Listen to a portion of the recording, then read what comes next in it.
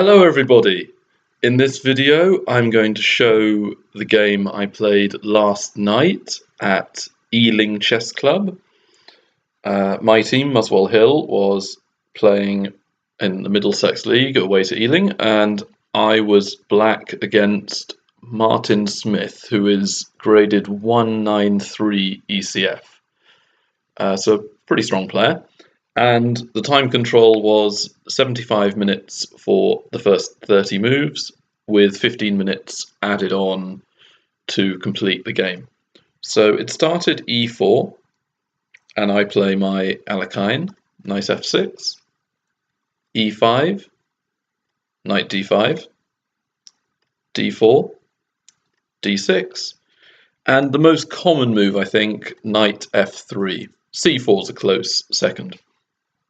So here I chose to go slightly out of the main line, which is bishop g4, and instead play d takes e5, a pet line of mine. And if d takes e5, I now play bishop g4, but he chose to play knight takes. And just to bolster up my control of d5, I played c6. Just prevents any pawn lunges with d5 later on. So now he played a rarely seen move, but one that isn't without merit. It does have a certain sting in the tail. Queen f3. And I hope you can see what he is threatening to do next move. Well, I have to prevent checkmate on f7. So queen a5 check isn't very good because of bishop d2, hitting my queen. And f6 just looks and is bad. Queen h5 is one possible move which will inflict a lot of damage on me. So the move I play is bishop e6, which is main line, and now bishop c4. So he's developing his pieces, and there's a very common motif, sort of combination in this position where black can play knight c7 in some lines, and that will trade off black's bad bishop on e6. I say bad bishop because it's blocking in the pawns, and most of black's pawns are on light squares. And it trades off that bishop for white's very active bishop on c4. And often you see bishop takes bishop and knight takes. But here, that isn't a very good move. Can you see what white would play here? Yeah, there's a beautiful sacrifice with queen takes f7 and bishop takes checkmate. Bishop takes e6 was also good, but this is far better and prettier as well. So at least for the time being, I can't play knight c7, but I want to get rid of white's knight on e5. It does have again, it always has that kind of cramping pressure, which is quite annoying to have to deal with. So I play knight d7, and white castles here. It's a very good move. And now I realise that white's got 3 pieces out and has castled, and I also have 3 pieces out, but I clearly haven't castled yet. So I need to maintain sort of equality in terms of development. I need to quickly get my pieces out. So I played g6. The bishop isn't going to be able to enjoy the a3 to f8 diagonal, seeing as he's blocked in. So fianchetto the bishop. Knight c3, so it adds pressure to d5. And I don't care.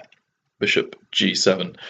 And in a moment, there's a reason why white doesn't just take off everything on d5 here. Rook e1, and then castles. So we reach, this is the same basic theme as the previous move, if white had done it a move earlier. What would you do if white played bishop takes d5?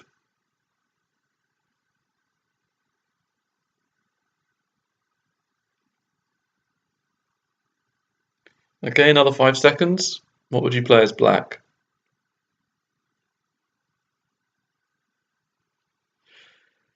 Well, you don't want to recapture immediately. You can flick in the move knight takes e5, and unless white wants to lose the exchange with rook takes, he needs to play d takes e5.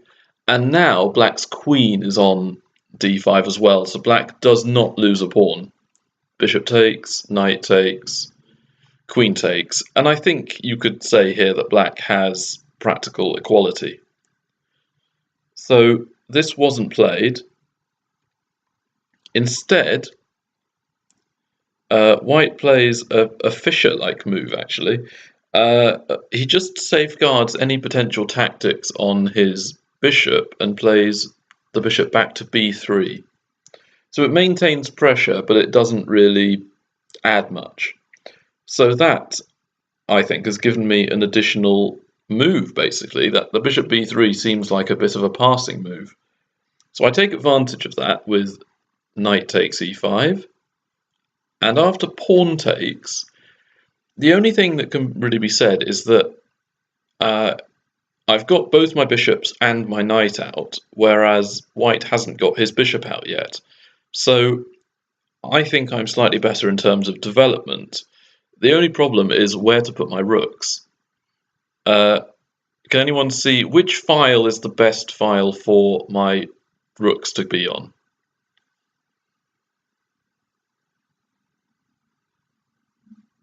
Yeah, the open D file. That's easily the best place. So I need to move the queen. So I play queen c7. And now there's a little bit of tactics here. My queen and bishop are both on e5, but his queen, knight, and bishop are all on d5, and he gets to, move first. So he plays knight takes, hitting my queen, and instead of pawn takes, where white could just play bishop f4, and my bishop on e6 then is horribly weak, I take with the bishop. Bishop takes d5, and pawn takes d5. So if it was my move here as black, I could well play e6, and then I'm still on the e5 pawn and the c2 pawn, and doing quite well. Of course, white doesn't just let me move again, he's not that generous, so he plays queen takes d5, defending e5 and taking a pawn. Now, I do have the option of queen takes c2, but then after queen takes b7, I'm still a pawn down, and white could quite easily be better here with his queen on the 7th and attacking a lot of my pawns. The development isn't so important because my bishop's blunted by the pawn on e5. So here I develop rook f d8. The reason I move the f rook is the reason that the d8 square is perfect for the rook. And now I've got the semi-open c file, so I want my rooks on c8 and d8 at the moment. If I move the rook on a8 to d8, then, how am I occupying c8 and d8 simultaneously? So I need to move the f rook. And now the queen is going to have a hard time defending the pawns. So if queen b5, I could play the move I do in the game, but I could also play queen takes c2. So queen b3 is now played, and the best move, according to the computer, but only by a tiny margin, is bishop takes e5 here, using the queen and bishop as a battering ram against the pawn on h2. So after a move like g3, white isn't going to be down in development very long, but it does give me a small opportunity, a window of opportunity to gain some pressure. So after g3, rook a c8, c3, and then white can get on with bishop e3 and rook a d1. But black is doing very well here. However, the move I play in the game is done partly because I'm just like that. I like pretty moves, and it does also have a reason to it as well. I play queen takes e5. Now, I hope you spot why white can't just accept the Trojan horse of a queen for a rook. The reason being that after rook takes queen, I have rook d1 and checkmate will follow. So here, I had seen that white, if white moves the rook back to f1, I'm getting loads of pressure on the position. I could play rook a c8, and I'd have all my pieces developed. And a move like bishop e3 to connect the rooks will fail to queen takes b2. However, I did miss an excellent move that Martin found, which practically equalizes for white. What could white play here to equalize?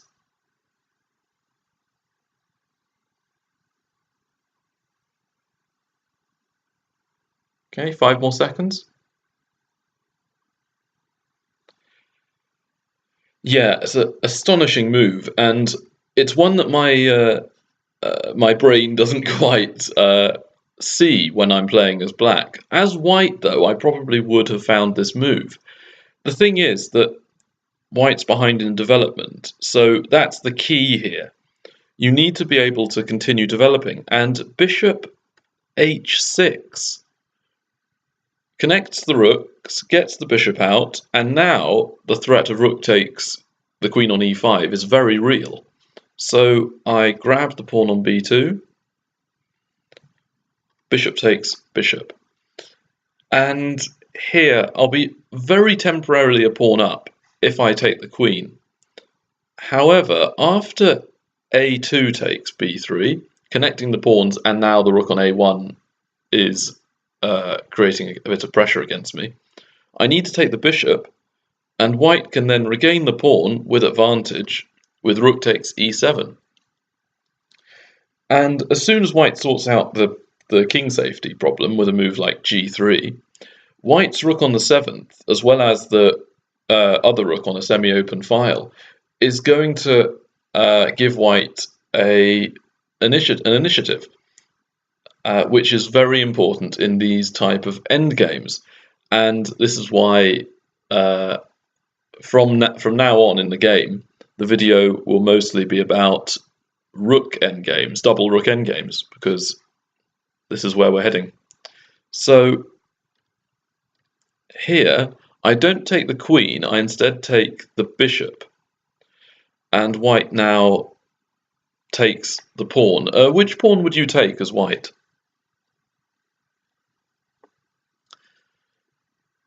Yeah, if you take on e7, I can take your rook on a1 and checkmate you. So queen takes b3. And now we have an imbalance in pawn structure, one that I think favours me, actually. I've got a 4 against 3 on the king side, but white has a passed c-pawn. But if you remember, I've done a video on pawn islands and structure in general. And an island is when there's a collection of pawns all adjacent to each other. So black has an island on the king side. All 4 of his pawns there have a pawn that's on an adjacent file. And then he has a very small pawn island on a7. So black has 2 islands, whereas white has 3. White has 1 island on the king side, all the pawns are next to each other. Then an island on the a file, there's nothing on the b file. And then a 3rd island on the c file. And the side with more pawn islands is usually worse in pawn structure. So here I play e6 to protect the pawn. Rook a d1. And now I choose to make my pieces more aggressive with queen c3. So I'm trying to target the weak queenside pawn structure, going for the isolated pawns. If the c-pawn was on a square like c5, it might be close enough to cause me problems and be more of a strength than a liability, due to the threat of pushing the pawn and promoting. Queen b3, queen c5. I don't want to trade off and just give white a repaired pawn structure. As long as I can stop that pawn on c2 from going into my half of the board, I should still be able to make it a decent target.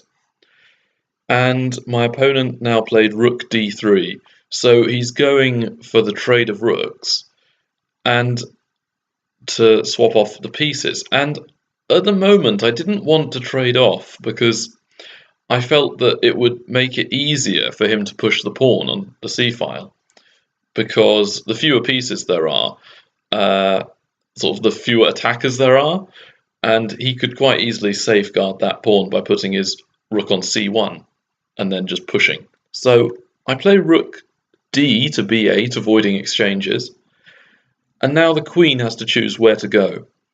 There's queen a4, but I like rook b4 here. It's quite strong. And queen a3, queen takes pawn, queen takes rook is about level. Even though I've got one pawn more on the king side, when it's a single rook endgame, it's very hard to win with 4 against 3. But it's still good for black. I would definitely play on and try and win. So that wasn't played. Instead, queen c3 was played. Another move is rook c3, but queen c3 is what I looked at. And here I felt that if I didn't take queens, it would give white the chance to play rook e1 to d1, doubling, and perhaps having a better time of things. So I take the queens off the board, and now infiltrate with rook b2. So I was feeling fairly confident here, and Martin played a3,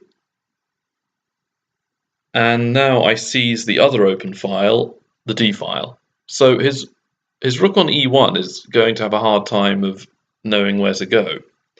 He plays rook c1, and maybe I make a tiny inaccuracy, but I think it's not a big deal. I play rook a2, tying down the c3 rook so it can't move as I'm attacking both the pawns. King f1, rook d4.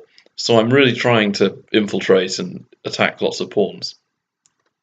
Rook b1, rook a4. So here's a little trick you can use in your games with rooks. What you can do is, you see the pawns on a7 and a3. If you can get your rook onto the a file, both simultaneously attacking and defending, your opponent's other counterpart rook is going to just have to do a passive defensive job. It can't do a defense and an attack in the same way you can. There's no other position on the board which allows him to defend the a3 pawn and attack the a7 pawn other than the a file, and you've already seized it. So a lot of these rook endgames are to do with simultaneously attacking and defending, and the side with the attack generally wins, especially in double rook endgames. There are lots of threats all over the board. So he plays rook b to b3, and is just about defending the 2 pawns. But again, I'm stopping the pawn on c2 from advancing, so I feel like I'm doing a good job. And the trouble here is that I don't really advance my king side, although it would be very difficult to do, as white could just simply play moves that try to block up the king side and force me to exchange lots of pawns. And then without much cover for the king, white could have a lot of checks. So it's still difficult to know how to progress as black. I play rook e4, threatening rook a1 mate, rook b1, king g7. So I am trying to get an active king here. After f3, I see a little nuance and play rook to a4 again, and white plays rook back to b3. Now rook a1 check. I can't really use the 7th rank very much because that c2 pawn is blocking off a lot of squares. So I go to the 8th rank and try and go behind white's pawns. King e2 and rook g1. So here I'm aiming to shift white's king over just a little bit, and now I'm able to play rook d1. And what I want to do here is play the rook on a4 to d4, and then rook on d4 to d2 check. And that might, well, result in the win of a pawn. And if white didn't stop me, I would probably be able to win the game. So he plays rook b7. It's a good move. And I was not sure of quite what to do here. Sometimes uncertainty is your greatest enemy. So I looked at rook a4 to d4, but then I saw the rook on c3 could go to c7, doubling rooks on the 7th file and threatening to check on f7, so his attack is crashing through first.